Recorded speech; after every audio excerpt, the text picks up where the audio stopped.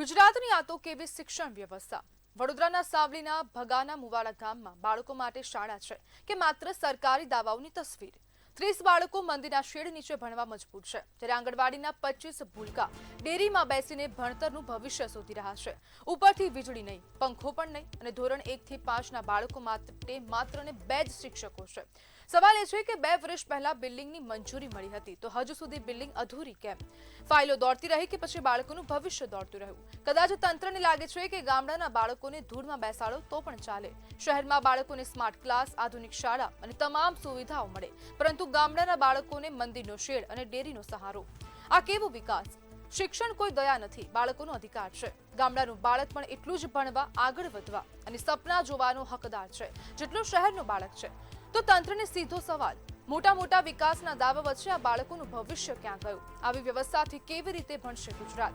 અને જ્યારે ભણશે ગુજરાતના મોટા બણગા ફૂંકાતા હોય તે દરમિયાન આવી સ્થિતિ સામે આવે તો સવાલ થવા સ્વાભાવિક છે અને તંત્રને પણ સવાલ કરવા હવે સ્વાભાવિક બની ગયા છે, કારણ કે આ પહેલી ઘટના નથી। અવારનવાર આ પ્રકારની ઘટનાઓ સામે આવતી રહે છે અને ખાસ કરીને બાળકોનો આમાં ભોગ લેવાતો હોય તેવા પ્રકારની સ્થિતિ દર વખતે રાજ્યમાં ઊભી થઈ રહી છે। રાજ્યના મોટા શહેરોમાં શિક્ષણ વ્યવસ્થાની મોટી ગુલબાંગો ફૂંકવામાં આવતી હોય છે, પરંતુ ગામડાની સ્થિતિ શું છે તે આ દ્રશ્યોમાં જોઈ શકાય છે। અને આજ મુદ્દે આપણી સાથે ચર્ચા કરવા માટે ભગાના મુવાડાના સરપંચ મહેશ તલાવિયા જોડાઈ ગયા છે। મહેશભાઈ, બાળકો મંદિરમાં ભણી રહ્યા છે અને શેડ નીચે ભણવા પણ મજબૂર બન્યા, આવી સ્થિતિ કેમ સર્જાઈ? જી મહેશભાઈ। હા બોલો। મહેશભાઈ, બાળકો શેડ નીચે ભણવા મજબૂર બની ગયા છે અને સાથે સાથે મંદિરમાં પણ ભણવા માટે મજબૂર બની ગયા છે, આવી સ્થિતિ કેમ સર્જાય?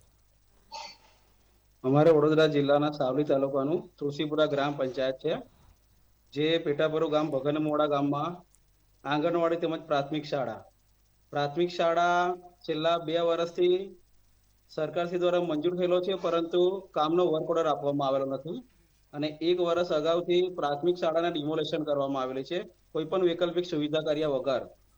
આજે છેલ્લા 1 વર્ષથી અમારા બાળકો લગભગ 30 થી વધારે બાળકો 1 થી 5 ધોરણના ગામનું એક મંદિર છે અને એ મંદિરના નીચે ઓપનલી શેડ છે, તો શેડના નીચે ભણે છે। ત્યાં આગળથી કરંટ નદી વહે છે, ગમે ત્યારે બાળકો બહાર જાય અને આડાઅવડા જાય તો ત્યાં આગળથી ગમે ત્યારે પણ નદીની અંદર પડી જાય તેવી સ્થિતિ છે। ગમે ત્યારે મગર પણ આવે છે, ચોમાસાની ઋતુ છે, ત્યાંથી જીવજંતુઓ, સાપ જેવી કરડવાની પણ ભય રહેલી છે અને આંગણવાડી કેન્દ્ર છે એ છેલ્લા 5 વર્ષથી જર્જરિત છે અને તે પણ છેલ્લા 1.5 વર્ષથી મંજૂર છે, પરંતુ તેનું પણ ટેન્ડર પાસ થતું નહીં અને એના લીધે ક્યાંક ને ક્યાંક ચાલુ થતું નથી। એના લીધે 25 થી વધારે બાળકોને દૂધની ડેરીની અંદર બેસાડવામાં આવે છે, તો આ શિક્ષણની ખૂબ જ કથળી પરિસ્થિતિ છે। મહેશભાઈ, તંત્રને ખબર છે કે બાળકો દૂધની ડેરીમાં ભણી રહ્યા છે, મંદિરના શેડ નીચે ભણી રહ્યા છે, તંત્રને રજૂઆત કરી આ મામલે? તેમને ખબર છે। અમે છેલ્લા લગભગ 2 વર્ષથી એમને ટીપીઓ સરને, આંગણવાડી કેન્દ્રના ડીપીઓ સરને, જિલ્લાના ડીપીઈઓ સરને તેમજ તમામ લાગતા અધિકારીશ્રીને લિખિતમાં કાગળ આપેલો છે અને અમને જવાબ પણ આપેલો છે કે ભાઈ અમારું સરકાર તરફથી મંજૂર થઈ ગઈ છે, પરંતુ ટેન્ડરની પ્રોસેસ થશે એટલે વર્ક ઓર્ડર આપવામાં આવશે। તો વર્ક ઓર્ડર આપતા આજે 2 વર્ષ થવાના। તો બેન, અમારા ગ્રામજનોની કેટલી વાર ફરીથી રજૂઆત થઈ મહેશભાઈ? શું કહો છો બેન? આ 2 વર્ષમાં કેટલી વખત રજૂઆત કરી કે વર્ક ઓર્ડર કેમ નથી આવતો, કારણ શું? આનો જવાબ માંગ્યો તંત્ર પાસેથી? લગભગ અમે 2 વર્ષમાં 3 થી 4 વખત લેખિતમાં રજૂઆતો કરી છે। ઓનલાઈન સ્વાગત પોર્ટલની અંદર માનનીય અધ્યક્ષ શ્રી કલેક્ટર સાહેબને અમને પણ અમે કાગળ લખ્યો હતો। તમામ અધિકારીશ્રીને કહેવું છે કે ભાઈ જે ટેન્ડરની પ્રક્રિયા છે એ હેઠળ વર્ક ઓર્ડર આપવામાં આવશે। મહેશભાઈ, કલેક્ટર પણ આ જવાબ આપી રહ્યા છે?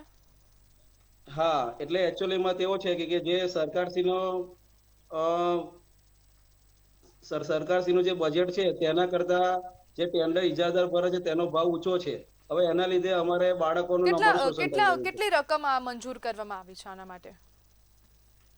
એકચ્યુઅલી એવું છે કે આંગણવાડી કેન્દ્રના લગભગ 5 જિલ્લાઓમાં 168 આંગણવાડી કેન્દ્રો બનાવવાના છે। 168 આંગણવાડી કેન્દ્રના 38 કરોડ રૂપિયા સરકારશ્રી તરફથી 2024-25 માં મંજૂર થયા છે અને એની તાંત્રિક મંજૂરી મળી છે 48 કરોડની. હમ એ 10 કરોડનો ડિફરન્ટ છે અને ઇજારદારે ભાવ ભર્યો છે 53 કરોડ રૂપિયાનો. હમ હવે એમને 14 કરોડ રૂપિયાનો ભાવ ઊંચો છે, તો જેના કારણે આ ટેન્ડરનો વર્ક ઓર્ડર અપાતો નથી. હમ એટલે સરપંચ ક્યાંક ને ક્યાંક રકમ ખૂટે છે. હમ મહેશભાઈ, તમે સરપંચ તરીકે તમે શું કર્યું, આના માટે રજૂઆત કરી? હવે બેન, અમારે તો તમે શું હોય કેટલા છે કે સમયથી અમારે તો અહીંયા સરપંચ છો? તાલુકામાં, જિલ્લામાં ની અંદર લેખિતમાં રજૂઆતો કરવાની હોય. જ્યારે સરકારશ્રી અને તંત્ર વચ્ચે જે કઈ સરકારી ગ્રાન્ટની જરૂરિયાતો હોય એ જરૂરિયાતો પૂર્તિ થાય તો આ ટેન્ડર ભરવાવાળાને પૂરતા થાય તો જ વર્ક ઓર્ડર આપવામાં આવે એવું છે. હમ હમ સમસ્યા ઉકેલવાનો કોઈ પ્રયાસ નથી થયો ને ત્યાં? સમસ્યા ઉકેલવાનો કોઈ પ્રયાસ થયો નહીં, કારણ કે છેલ્લા 1.5 વર્ષથી આ જ વાતો થાય છે. સ્થાનિક નેતાઓનો સહારો કેટલો છે આમાં? અમારા સ્થાનિક ધારાસભ્યશ્રીને, સંસદ સભ્યશ્રીને તેવું અમે કહેવા માટે માંગીએ છીએ હમ કે આની અંદર વર્ક ઓર્ડર ત્યારે જ અપાશે કે જ્યારે સરકારશ્રી તરફથી જે પ્રમાણેની પૂરતાની ગ્રાન્ટ પૂરતા થાય ત્યારે વર્ક ઓર્ડર અપાય. કારણ કે એજન્સી ને ઓછો ભાવ પડે છે અને એજન્સીનો ભાવ ઊંચો હોય છે, તો આ વચ્ચે વાતો ઘાટો થાય ત્યારે જ અમારા કામો થાય, તો એ વચ્ચે અમારે અગર શિક્ષણથી અમારે વંચિત રહેવું પડે છે. તો તમે આ વિશે સરકારશ્રીમાં રજૂઆત કરી અને વહેલી તકે અમને અમારું કામ ચાલુ થાય એવી અમે નમ્ર વિનંતી કરીએ છીએ. મહેશભાઈ, કેટલા શિક્ષકો છે આટલા બાળકોની વચ્ચે? 1 થી 5 ધોરણ વચ્ચે 30 બાળકો છે અને 2 શિક્ષકો છે. અને આ 2 શિક્ષકો પહોંચી વળે છે બાળકોને ભણાવવા માટે? 2 શિક્ષકો લગભગ સરકારશ્રીનો નિયમ પ્રમાણે તો બરાબર છે. તો બાળકોને સરખું ભણાવે છે ને શિક્ષકો?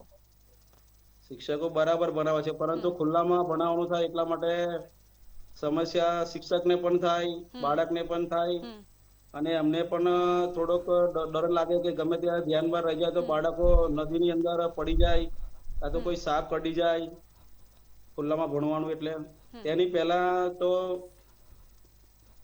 આ રીતના હતું. જી બિલકુલ મહેશભાઈ, જોડાવા બદલ આપનો આભાર.